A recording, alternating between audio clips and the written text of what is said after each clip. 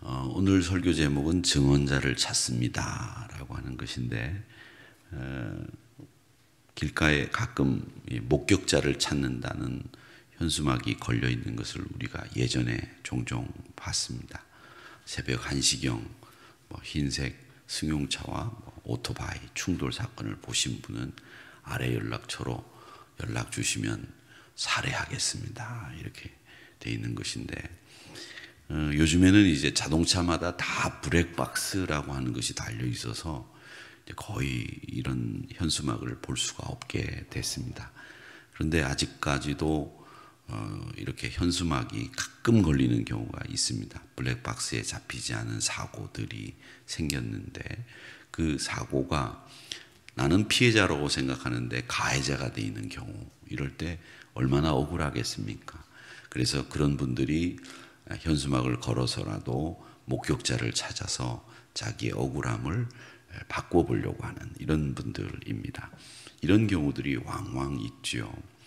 예를 들자면 예전에 캄보디아에서 한 6년 정도 된 것 같습니다. 선교사님 내외가 푸놈펜에서 시엠립, 그 앙코르와트가 있는 시엠립으로 이제 부임을 하러 가족들이 승용차를 타고 가는 도중에 중앙선을 넘어서 오는 차에 받쳐가지고 가족 중에서 딸아이 하나만 살고 나머지가 다 소천되셨습니다. 그런데 상대방 차에서 그 중앙선을 넘어가지고 이렇게 왔는데, 그걸 그 당시 사고 현장에 갔던 다른 선교사들이 보고 확인을 했는데, 나중에 경찰서에 들어가 보니까 우리가 외국인이라고 하는 이유 때문에 우리가 중앙선을 넘은 것으로 돼 있었다는 것을 선교사들이 본 거예요. 그래가지고 대사관에 협조를 요청하고 또 선교사들이 이렇게 힘을 합해가지고 그걸 뒤집는데 한 6개월 정도 걸렸다고 그러더라고요. 아무래도 현지인들과 외국인이 사고가 나게 되면 이 현지인들이 유리한 게 사실이겠죠. 그리고 이 캄보디아 같은 나라는 거의 그 당시 거기 현장에 있었던 현지인들의 말을 이 경찰들이 이렇게 듣고, 또 캄보디아라고 하는 나라는 이 땅을 주고 사고 팔 때도 이 파는 사람하고 사는 사람하고가 이렇게 같이 내가 팔겠다, 얼마에, 네가 얼마에 사라, 그렇게 합의해서 사고 파는 게 아니라, 이 사람이 팔려고 하면 그 사람이 이 땅을 가지고 있는 마을의 제일 그 어른이 나서서 그래 좋다 이렇게 허락을 해야 캄보디아는 땅을 사고 팔 수가 있습니다. 제가 이제 교회를 여러 군데 저어봐서 아는데 그런 절차가 있어야 됩니다. 그러니까 그 동네 유지 어른이 굉장히 막강한 권위를 가지기 때문에 그 동네에서 일어난 사고에 대해서 동네 어른이 그냥 생각나는 대로 말해버리면 그게 사건의 진상이 돼버리는 경우들이 있더라. 그래서 선교사들이 그걸 뒤집는데 6개월이 걸렸다, 이런 얘기를 들은 적이 있습니다. 그 목격자가 주장이 팽팽해지면 그 목격자가 증언해 주는 것에 의해서 사건의 향방이 결정이 되는 거죠.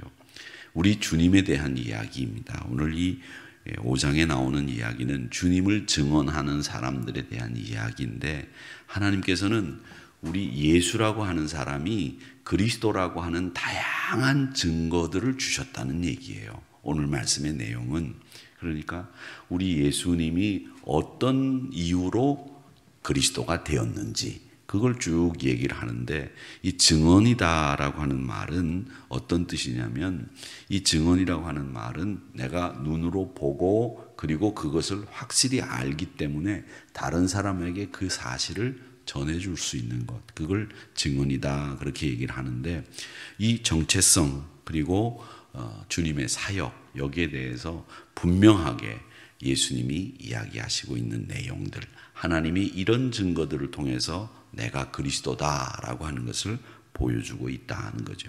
이 요한복음의 이야기가, 이 이야기는 요한복음에만 나오는 아주 특이한 이야기입니다. 왜냐하면 요한복음에만 나는 뭐뭐다, 나는 뭐뭐다 라는 얘기가 제일 많이 나오거든요. 나는 생명의 떡이다, 나는 길이다, 나는 진리다. 내가 너희들을 이렇게 하는 사람이다 라고 하는 예수님의 정체성에 대한 이야기를 제일 많이 하는 데가 요한복음입니다. 그러니까 이걸 기억하시고 보시면 그래서 이 얘기를 하시는구나, 이 얘기를 우리가 보면서 알 수 있습니다.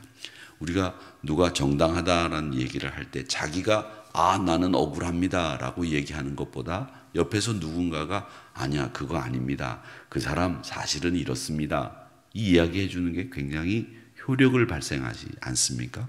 구약에서도 보면 신명기 19장에 보면 사람이 무슨 재판을 할 때 증언 두세 사람을 세워서 그 증언이 맞으면 그 재판은 효력이 있다, 이렇게 얘기하는 말씀이 있습니다. 그게 신명기에 있는 말씀인데 구약에서도 그렇게 증언을 두세 명 두어서 재판을 하거라, 이렇게 이야기를 합니다.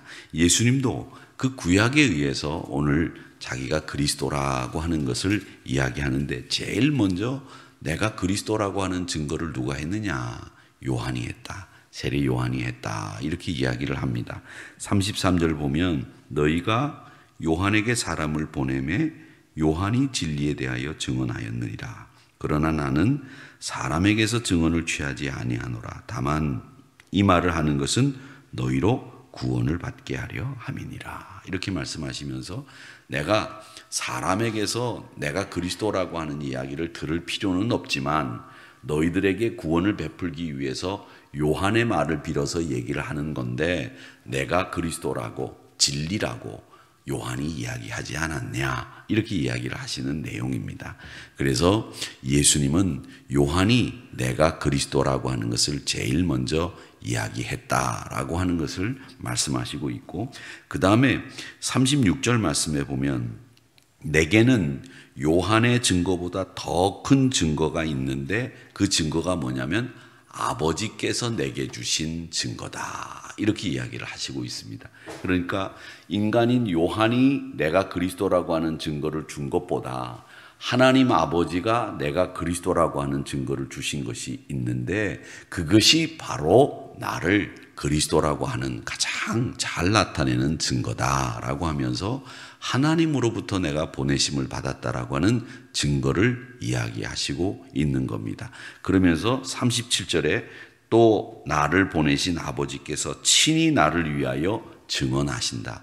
아버지가 내가 그리스도라고 하는 증거를 하시고 있는데 그게 뭐냐 하면 말씀이 너희 속에 있는 것. 그 다음에 성경에서 영생을 얻는 줄을 너희가 생각하고 그 성경을 연구하고 있는데 그 성경에 있는 영생을 얻기 위한 방법을 쭉 보면 그 말씀 속에 내가 그리스도라고 하는 것을 확실하게 증거하고 있다라고 이야기를 합니다. 그러니까 아버지께서 내게 주신 증거라고 하는 것은 곧 영생을 얻게 하는 말씀 속에 있다, 이렇게 이야기를 하시는 거죠. 그래서 요한이 내가 그리스도라고 하는 걸 증거하고 있다. 아버지께서 주신 말씀이라고 하는 것이 내게 증거하고 있다. 이 얘기를 하고 있는 겁니다. 자, 그런 다음에 이야기하시는 말씀 40절 한번 보십시오. 그러나 너희가 영생을 얻기 위하여 내게 오기를 원하지 아니하는도다. 이건 유대인들을 가리키는 말이죠. 유대인들이 영생을 얻기 위해서 나를 보내셨는데 그 유대인들이 나를 영접하지 않아, 나를 안 믿어, 그 얘기를 하시는 겁니다. 그러니까 증언을 믿지 않는다는 거죠. 증언을 받아들이지 않는다는 거죠. 예수는 유대인들 속에 하나님을 사랑하는 마음이 없는 걸 알았어요. 자기들이 선민이다, 자기들이 하나님을 제일 사랑한다 하면서도 실제로는 하나님을 제일 사랑하지 않는 거예요. 여러분, 말뿐인 사랑인 거예요. 말뿐인 사랑은 보면 알죠. 여러분, 안 그렇습니까? 말로는 번지르르합니다. 내가 하나님을 사랑하고 또 신앙생활 하는 거 보면 화려해요. 막 기러기에서 손을 들고 기도하고 막 찬양하면 말이죠. 막 뜨겁게 기도하는데 세상 나가서는 세상 사람보다 더 못하게 사는 거죠. 이게 유대인들의 모습이었어요. 유대인들이 법을 안 지키는 거 아닙니다. 유대인들은요, 법을 우리보다 더 잘 지켜요. 그 하나님의 법에 대해서는 철두철미합니다. 그런데 예수님이 지적한 유대인들의 잘못은 뭐냐? 겉과 속이 다른 거예요. 진실함이 없는 거죠. 껍데기밖에 없는 거예요. 근데 그 껍데기는 진짜 완벽해. 누구도 흉내낼 수 없는 껍데기를 갖고 있어요. 근데 우리는 그 껍데기조차도 흉내내지 못하면 안 되는 거예요.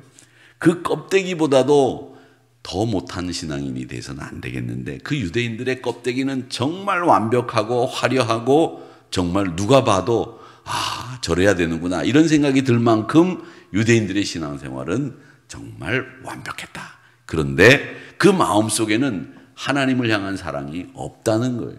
그걸 우리 예수님은 아시고 말씀을 하시면서 그들은 내 증언을 받지 않는 자들이다 이렇게 얘기하는 거죠. 그러니까 세례 요한의 말도 믿지 않고 영생을 주기 위해서 우리에게 주신 하나님으로부터 온 말씀도 안 믿는 친구들이 바로 그들이다 이렇게 이야기를 하시고 있는 겁니다.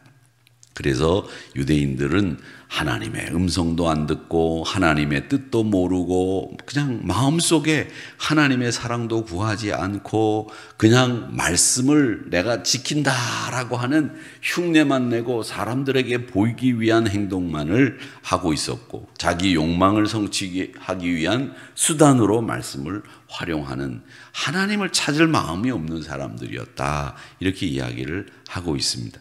자, 그러면서 예수님은 우리에게 뭐라고 말씀하시고 있느냐면, 모세를 들어서 얘기를 하고 있는데, 모세가 나를 이야기하고 있는데 그 모세 말도 못 믿고 내 말도 못 믿으니까 그들은 틀렸다라는 이야기를 하시고 있는 겁니다. 성경의 세계를 보면 이 성경의 세계는 뭐를 얘기하고 있느냐면 그리스도가 예수다 이 얘기를 하고 있는 겁니다. 그러니까 그 얘기는 세상에 많은 논란거리를 주는 얘기이면 틀림없으나 이 성경이 우리에게 논란이나 하라고 주신 말씀이 아니고 이 성경은 생명을 얻으라고 주신 말씀이에요. 우리에게. 그러니까 여러분, 지식을 얻으라고 주신 말씀이 아니고요, 논란을 가지고 논쟁을 하라고 주신 말씀도 아닙니다. 이 말씀은 우리들에게 생명을 얻으라고 주신 말씀이에요. 그런데 그 생명을 얻으라고 주신 말씀을 가지고 논란거리로 만드는 거예요. 뭐 닭이 먼저냐 알이 먼저냐 그런 얘기를 합니다. 뭐 성탄절이 12월 25일이 맞느냐 말이, 그런 식으로 이단들이 만들어가는 거죠. 근데 이 이야기는 성경에서 이야기하는 것은 우리에게 논란거리에 대한 답을 안 줘요. 여러분, 그건 뭘 얘기하느냐면 이 안에는 논란을 벌이라고 하는 얘기를 하시고 있는 게 아니란 말이죠. 근데 우리는 인간적인 관점에서 성경을 보면서 이게 맞니 틀리니 이렇게 얘기를 하고, 이게 내 머리로 생각하면 이성적으로 말이 안 되는 거거든요. 말이 안 되는 거예요. 그러니까 제가 제일 웃기는 이야기 늘 여러분들에게 드리는 말씀처럼 예수님이 물 위를 어떻게 걸으셨냐는 거예요. 어떻게 걸으셨어요?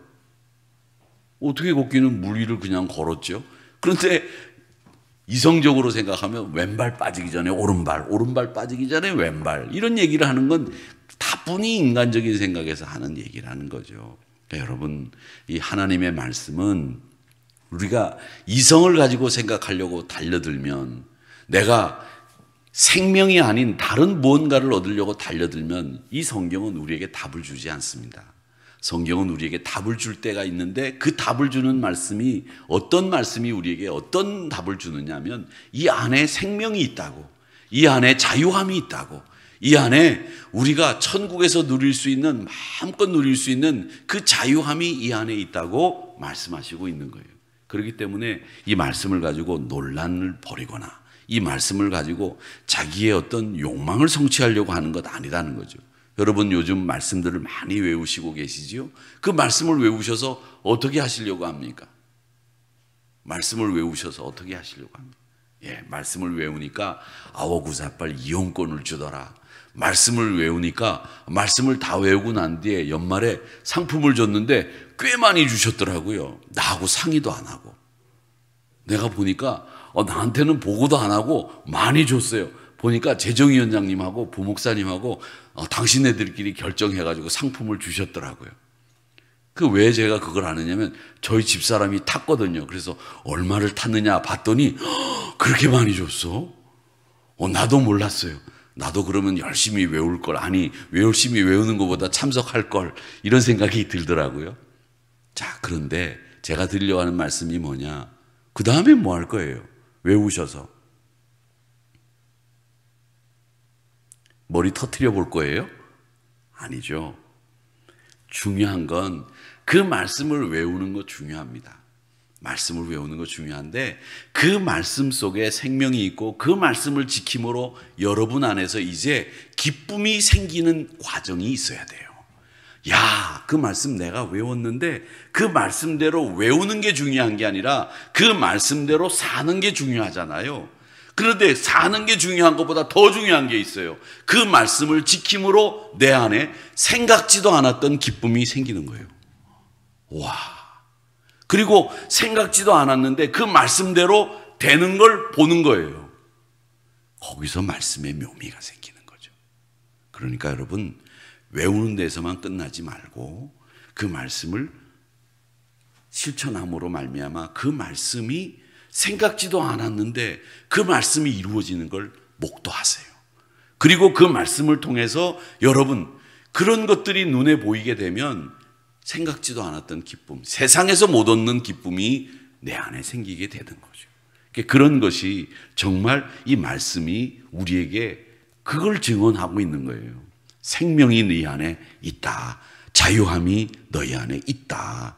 그래서 우리가 이 말씀을 증언하고 하나님에 대해서 내가 세상에 나가서 말씀을 하는 겁니다. 세상은 이런 것에 대해서 묵살하고 이런 것에 대해서 고지 듣지 않습니다. 그런데 내가 경험하고 내가 진리를 증언할 수 있는 책임자가 되었다라고 하는 사실을 이런 경험을 통해서 알게 됩니다. 증언이 뒤틀리면 왜곡된다고 하죠. 우리가 청지기 부흥회 때도 마귀가 하는 짓이 이 말씀을 더하기도 하고 빼기도 하고 왜곡시킨다라고 하는 걸 청지기 부흥회 때 배우지 않았습니까? 증인이 증거를 침묵하게 되면 효력을 잃게 됩니다. 그러니까 증인은 증언해야 되는 사람들이고요. 증인은 이 증거를 통해서 사실을 명백하게 밝혀야 될 사명이 있는 사람이기도 합니다. 그렇기 때문에 예수님이 온갖 해위와 유혹 앞에서도 협박 앞에서도 신실한 증언자로 우리에게 쓰셨던 것처럼 굴하지 마시고 거짓 없이 하나님의 말씀을 증언하는 일에 최선을 다하고, 또 여러분들이 증언자의 사명을 잘 감당하기 위해서는 그 말씀을 외우고 그 말씀이 이루어지는 것을 보고 그 이루어지는 것을 통해서 세상이 주지 못하는 기쁨을 여러분 마음속에 누리게 될 때 여러분이 참된 증언자로 선다라고 하는 것을 기억하시기 바랍니다. 그래서 예수님을 향해서 증거했던 예수님의 증거, 말씀 속에서의 증거, 요한의 증거, 하나님이 보내신 여러 가지의 증거들이 있었는데 그것을 통해서 유대인들이 받아들이지 않았다는 것을 말씀하시는 오늘 말씀을 보면서 여러분들은 말씀을 실천함으로 얻게 되는 그 기쁨을 많은 사람들에게 증거하는 귀한 성도님들이 되시기를 주님의 이름으로 축복합니다.